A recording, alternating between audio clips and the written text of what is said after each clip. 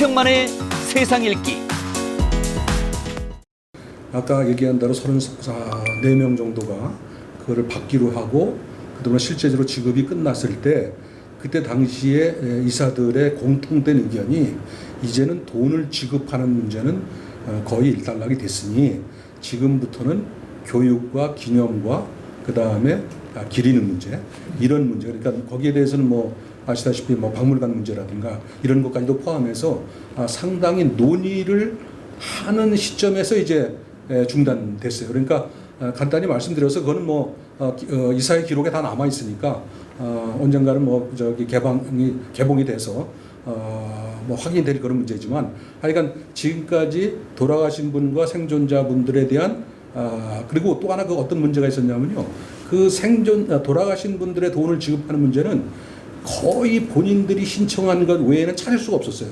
그 이유가 뭐냐면 개인정보보호법에 걸려서 예전에 가지고 있던 자료를 가지고는 도저히 돌아가신 분의 가족을 찾기가 어려워서 굉장히 제한된 숫자에만 지급하고 거기서 더 이상 못해가지고 외교부와 행안부에다가 그래도 국가 간에 만든 그런 것들 기관이 그 정도의 기본적인 자료도 못 봐서 되겠냐라고 얘기했지만 결국은 정보보호법에 바뀌면서 결국은 일찌감치 끝났다고 볼 수가 있습니다. 그래서 이사들은 그때부터 지금 얘기 나온 것처럼 기념 문제, 교육 문제, 연구 문제 이런 문제에 대해서 논의를 시작하는 와중에 끝났기 때문에 지금 저 사회자께서 지적하신 그런 문제, 정 박사께서 지적한 그런 문제는 뭐 이거는 뭐 꼭 재단 문제만이 아니라 위안부 문제에 전반에 걸쳐서 지금부터 우리나라가 나아야 될 방향이 아닌가. 돈이 있다면 앞으로는 그런데 집중적으로 써야 되지 않는가.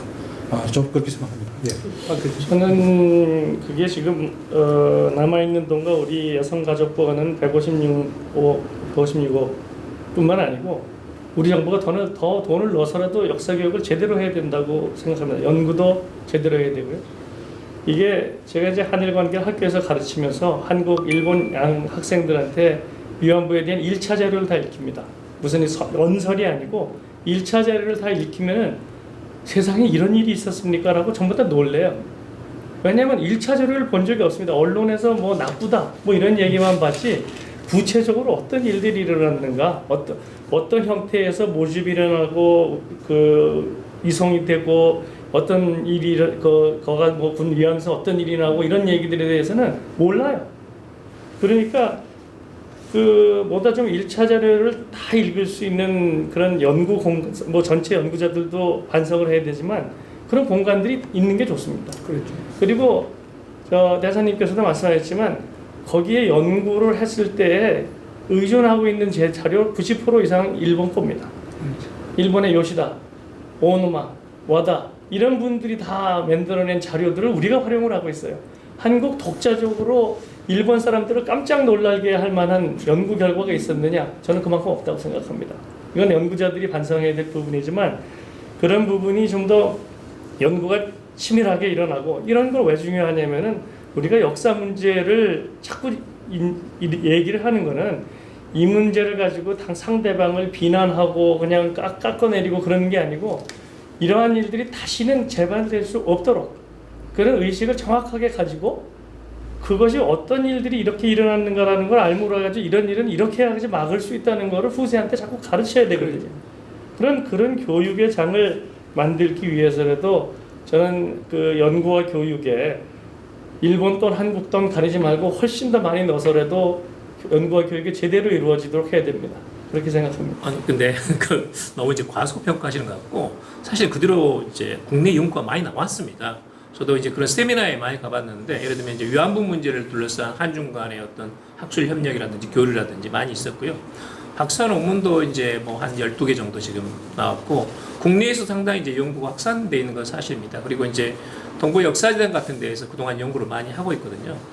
여성가족부 산하에 이제 일본군 위안부 연구소가 좀 잘 되지는 않았지만 그런 여러 가지 또 움직임도 또 연구하는 또 교육하는 그런 장 같은 것도 그동안 활성화되어 있습니다. 그러니까 물론 이제 초반에는 일본 측에서 연구가 많이 리드한 것도 사실이고 자료가 아무래도 일본 측에 많이 있었기 때문에 아까 박 교수님 말씀하신 요시미 교수의 어떤 그런 사료 같은 것도 방위청에서 나온 거거든요.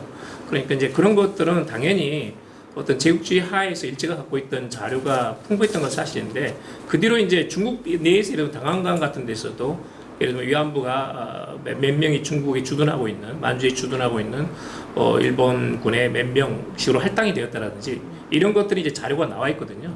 그런 면에서는 비교적 그 학술 교류라든지 또는 국내 연구도 많이 활성화됐습니다. 그건 제가 좀 보완해서 말씀. 예, 아까 제가 말씀드렸듯이 최근에 이제 연구가 활성화된 것은 사실입니다만은 저는 그런 생각을 합니다. 뭐냐면 이스라엘 사람들이 그 유태인 600만 명 학살 관련 기록을 전부 모아가지고 그거를 이 박물관으로 만들고 거기에서 모든 연구를 해가지고 또 해외의 이 유태인 박물관들과 이 네트워킹을 해서 그걸 하는 그 기관을 야드바셴이라고 그래가지고 예루살렘에 있습니다. 근데 저는 그러한 어떤 우리 과연 대한민국이 이 과거에 일제 35년간의 어떤 우리가 겪었던 것을 아까 박 교수님 말씀대로 후손들에게 역사의 교훈을 주기 위해서 어떤 작업을 한다 그러면 그런 어떤 통합된 기관에서 체계적으로 아주 한 30년의 연구를 해서 그걸 가지고 우리 후세들에게 그 교과서에 정말로 그 단계별로 맞는 그런 교육이 역사 교육이 이루어지도록 하는 그러한 것들을 지금 할 단계가 아닌가. 저는 그것이 결국은 우리가 어떤 피해자 의식이랄까요? 그런 것들도 극복하고 또 일본인들에게도 무엇이 올바른 역사였던가를 알려주는 굉장히 중요한 수단이 된다고 봅니다. 제가 이 문제가 한참 불거졌을 때 워싱턴에 출장을 갔다가 그 홀로코스트 뮤지엄에를 가서 몇 시간을 그것만 본 적이 있습니다. 여기는 어떻게 역사 문제를 다루고 있는가라고 하는 걸 가지고 상당히 달랐어요. 거기에서 독일 사람들 욕하거나 뭐 그러진 않습니다. 그런데 유태인이 얼마만큼 핍박을 받는 걸 구체적으로 사람이 이 사람 이런 가족 관계를 가지고 이런 딸내미가 있었는데 이렇게 해가지고 이런 직업을 가지고 있다가 아우슈비츠에 이렇게 갔다. 그래서 구체적으로 어떤 형태로다가 이 사람은 뭐 가스실에서 죽었다. 그리고 후손들은 어떻게 살고 있다. 라는 얘기를 쭉 같이 디테일하게 적어놓습니다. 무슨 익명이 아니고 구체적으로 누가. 그렇게 해서 딱 한 다음에 재밌는 건 그 중간에 칼럼의 벽에다가 히틀러의 마인캄프 나의 투정이라는 한 구정을 쫙 해놓고서 유태인을 말살해야 된다라고 하는 구절을 딱 인용을 해놨어요. 그러면 사람들은 그거 히틀러 욕하라고 안 해도 미친놈이구만. 이게 제정신이 아니고 인권의식이 이렇게 없는 사람이라는 걸 금방 알게 합니다. 그냥 여기다 전부 다 뭐 칼로 찔러 죽였다, 뭐 강제 동원했다 그런 거 쓸 필요도 없어요. 야, 이런 과정을 통해서 피해자가 이렇게 동원이 되고 압박을 받았고 힘들었고 어렵게 살았고 그런 다음에 이거를 한 사람들은 아무렇지도 않게 얘기하는 걸 갖다 한마디만 딱 써놓잖아요. 100마디의 그 연설보다도 그 한마디가 훨씬 더 깊게 들어옵니다. 우리도 좀 그런 성숙되게 역사를 가르치는 거 좀 했으면 좋겠어요. 저는 아주 그 박 교수님 의견에 아주 뭐 100% 찬성이고요.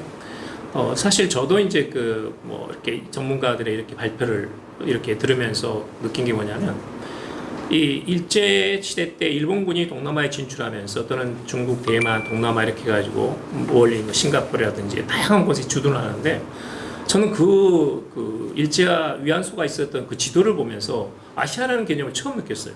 이게 그러니까 아시아를 묶는 공통의 네트워크라는 것이 물론 지금도 여러 가지 회의체는 있습니다만은 이거야말로 일본 제국주의에 가지고 얼마나 어떤 민족차별, 성차별 또는 한국뿐만 아니라 저는 이 문제는 한일 관계가 아니라고 보거든요.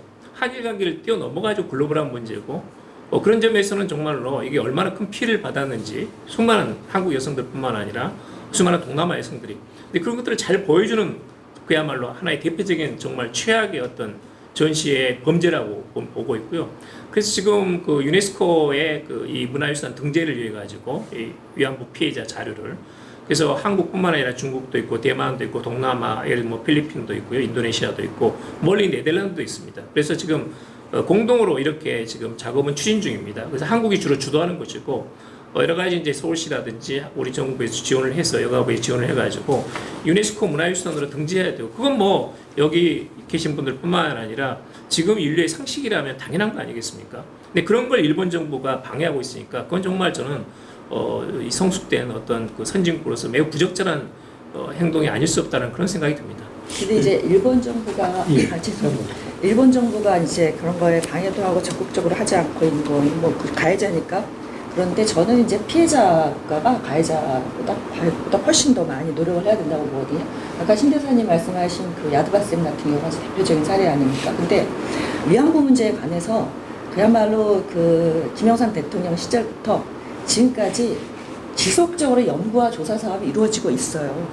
외교부와 여가부에서 엄청나게 많은 예산, 엄청나진 않지만 적지 않은 예산을 투입해서 계속 했습니다.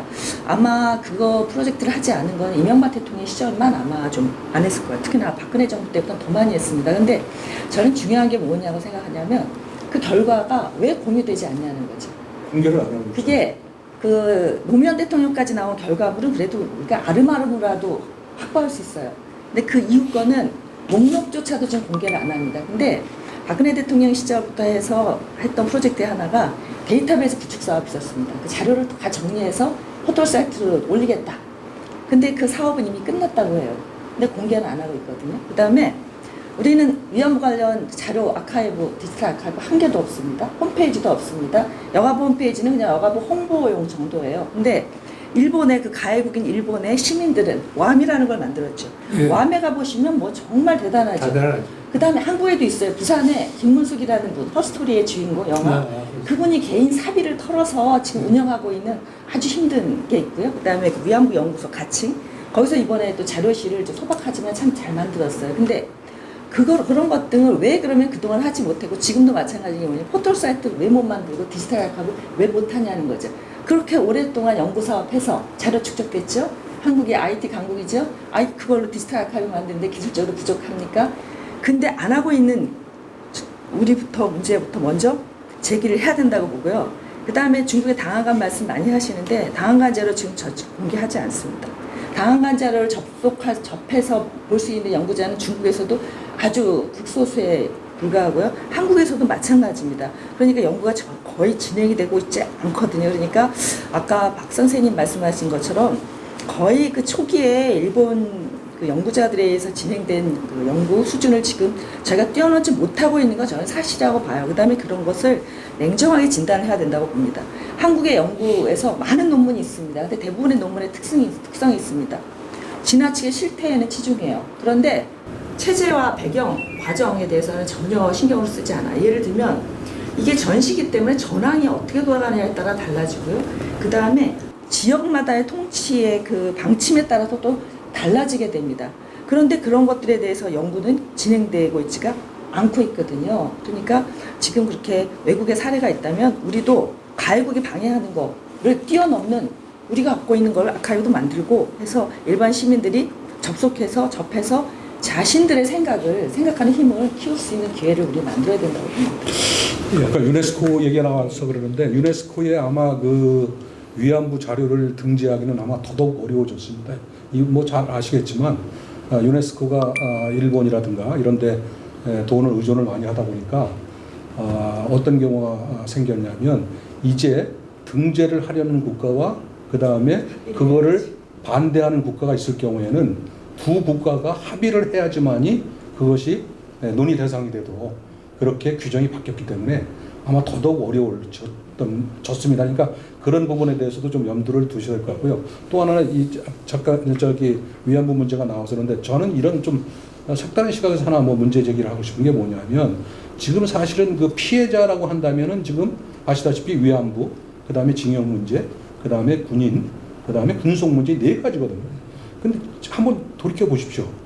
위안부 문제가 사회적인 현안이 될 때는 우리 모든 사회가 다 위안부 문제만 있는 것으로 이해를 하고 거기에 오인을 합니다. 징용자 문제 판결이 나오니까 이제는 모든 문제가 다 징용자 문제로 지금 수렴이 됩니다. 근데 사실은 군인의 징용 같은 경우는 자기 아버지가 어느 나라에서 죽었는지 뼈골조차도 찾지도 못했으면서 받은 보상이라고는 노무현 정권 시절에 아시다시피 2천만 원 받은 게 유일합니다. 근데 우리 사회가 그런 부분에 대해서 전혀 고려를 하지 않는다면 이 사회도 건전하지 못하다.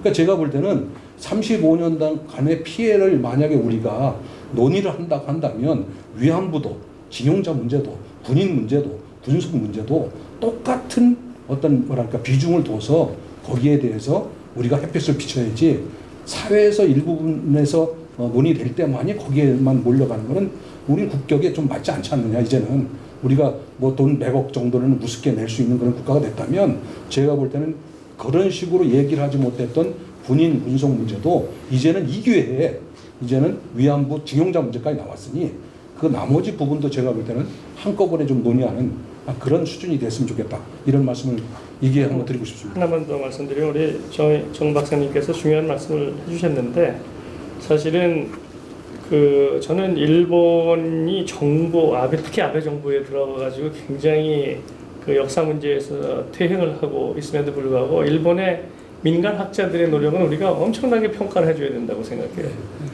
저는 특히 동경대학의 와다 하루키 교수가 그 아세아 여성기금을 그렇게 주장하고 만들고 운영하면서 나중에 2007년에 아시아 여성기금 문제를 전부 다 끊으라고 그랬을 때 끝까지 관찰해낸 게 있어요. 디지털 라이브러리예요. 디지털 라이브러리를 만들어서 모든 자기가 모았던 자료를 전부 다 디지털로 해서 그 웹에 접속하게 만들고 그거를 일본어뿐만 아니고 한국, 영어, 중국어로 전부 다 번역해서 전부 다 올려놨습니다. 저는 학생들한테 그거 다 읽어보라고 그래요. 거기에 상당 부분의 1차 자료가 거의 다 들어가 있습니다. 사실 우리가 지금 여기저기서 연구하고 있는 거 우리나라 얼마나 디지털 선진국이에요. 다 모아가지고 디지털 라이브 만드는 거 간단합니다. 그런데 그냥 안 하고 있을 뿐이에요. 지금 저는 정 박사님 얘기는 전적으로 동감하는데 우리 측에서 피해자가 더 노력해야지 가해자가 왜 노력을 하겠어요. 그러니까 우리가 가해자가 깜짝 놀랄 정도로 우리가 노력을 해야 된다고 생각합니다. 그게 돈 달라고 하는 것보다도 돈은 우리가 만들어서라도 우리가 이렇게 사실을 전부 다 모아서 알려줄 테니까 너희들은 반성 똑바로 해라, 사죄 똑바로 해라라고 하는 게 피해자로서의 자존심이라고 생각합니다. 예, 아주 좋은 지적이시고요. 아까 우리 심 교수님 말씀 제가 조금 더 보충을 하자면 저는 현재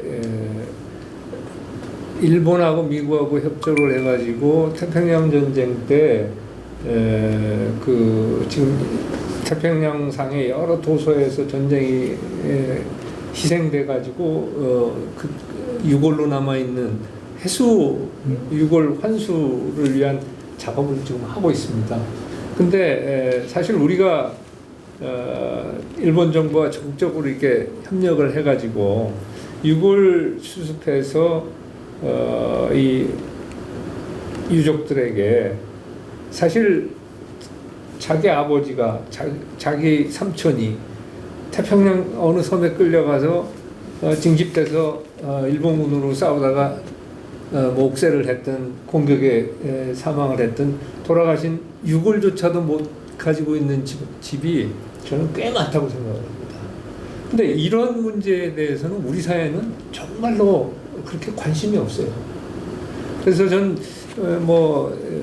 이 신문 기고라든지 뭐 이런 걸 통해서 또 우리 외교부 후배들한테도 그런 얘기를 합니다만은 우리 심 교수님 지적대로 과거사 문제를 좀 총체적으로 조망을 하면서 그 과거에서 나오는 여러 가지 그 고통 이런 것들을 좀 해소해주는 그게 국가의 책무가 아닌가 그런 차원에서 좀 더 균형적으로 과거사 문제에 접근하고 또 그리고 더 나아가서는 가해자에 대한 무엇보다는 하여튼 피해자로서 두 번 다시 이런 일을 당하지 않겠다는 아주 분명한 각오로 후손들에게 역사적 교훈을 가르쳐야겠다. 이런 어떤 정신이랄까 자세랄까 입장이랄까 이런 것이 상당히 필요한 것이 아닌가 이런 생각을 합니다.